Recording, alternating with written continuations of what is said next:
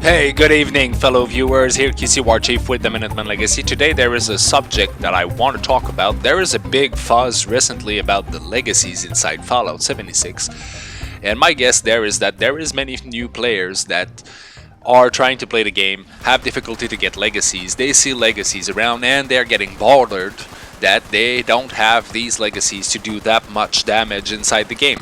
And there is facts that we need to know first. First, the game is heavily unbalanced because the moment they tried to remove these legacies from the game, they were heavily duped. They stayed in the game, they considered that it was removed and it was not a problem anymore, but these weapons had to be nerfed constantly for the simple reason that it was unbalancing the whole game, and it's still do today. But the problem is not the legacies itself, it's the perspective of most of the people concerning this. It's the perspective that the game is teaching us to have, and it's also the perspective that the market is teaching us to have. Because right now we have to remember that there was player in the beta, there was player in the release. These players probably got legacies legitly inside the game like I did. I have quite a good collection of legacies that I've built myself. Well, not everything is legit there because, let's be honest, if I was getting those on the market, most often than not, it was duplication. As simple as that, let's be honest. I don't deny it. I bought duplication because I'm a player like everybody else, and if I have the chance to get one of the high tier loot inside the game, I would be stupid not to get it. The thing is that right now there is eBay traders that are selling those weapons really expensive on the market, and that kind of pisses people off. Personally, I think that there is reason behind that. It's really more likely an hypothesis, but I truly believe that somehow there is a link between eBay traders, dupers, and the game publisher. Because, let's be honest, there is money there, and where there is money, usually there is greed, and where there is greed, there is usually a company behind not that far. That goes in that direction for the eBay. I personally think that if eBay market was not suppressed after 2.5 years, the reason is that they might be making money behind that. That's mostly just speculation, but back on the subject of the legacies and the people mostly one-shot killing and dropping the queen really fast, which destroys a little bit the environment of the others. You guys can blame the players. The thing is that developers per se don't know what to do with the problem. It's simple.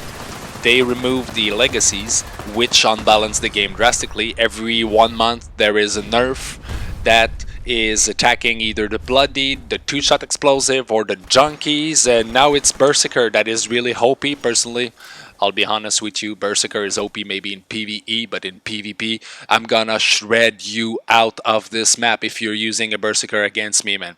I'm telling you already that you stand absolutely no chance. That's for PvP.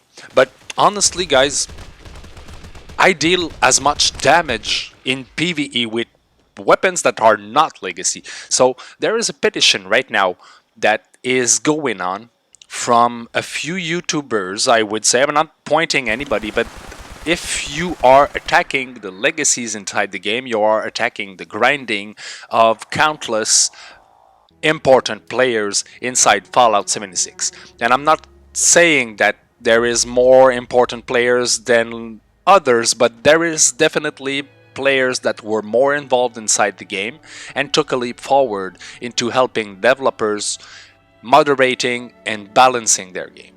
These players have countless legacies inside their inventory. They are not toxic, they are participating constructively inside the environment and penalizing this whole bunch of players just because a few people want the company to make a big move against legacies. And I'll be honest, guys, there is only one possible move against legacies.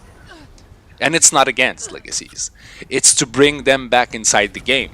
Make a fixed loot along a really hard grind where people will be forced to learn the game to go through the grind in order to have their legacy at the end of the grind. Fixed loot, you're sure to have a legacy at the end of that grind. Back in the days it was Raid 94. we had the Strangler. The Strangler somehow became some kind of a legacy because back in the days we were able to place the jetpack on the arm and make a full set of armor with one jetpack and one emergency protocol on the chest, which was really powerful and still powerful. I still have two of those. I grind those allegedly. These were not duplicated. I repeat, these two Strangler sets were not duplicated. My wife has one too, and it's not duplicated either. We grinded those. So right now, every time there is people complaining in the game that are either not grinder enough, not good enough to go through these really difficult grinds that was raid 94, you guys are penalizing the whole player base that were able to do it. Why would I have to be penalized because you don't have the skills to go through it?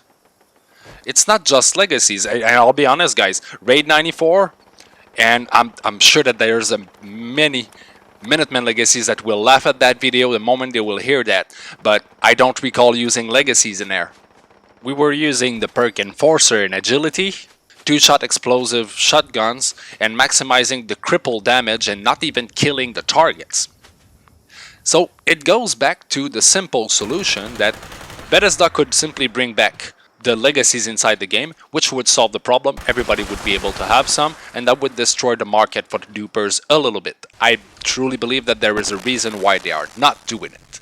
And secondly, knowledge is bliss in that game, and it's not necessarily the biggest tool that will make you hit the hardest.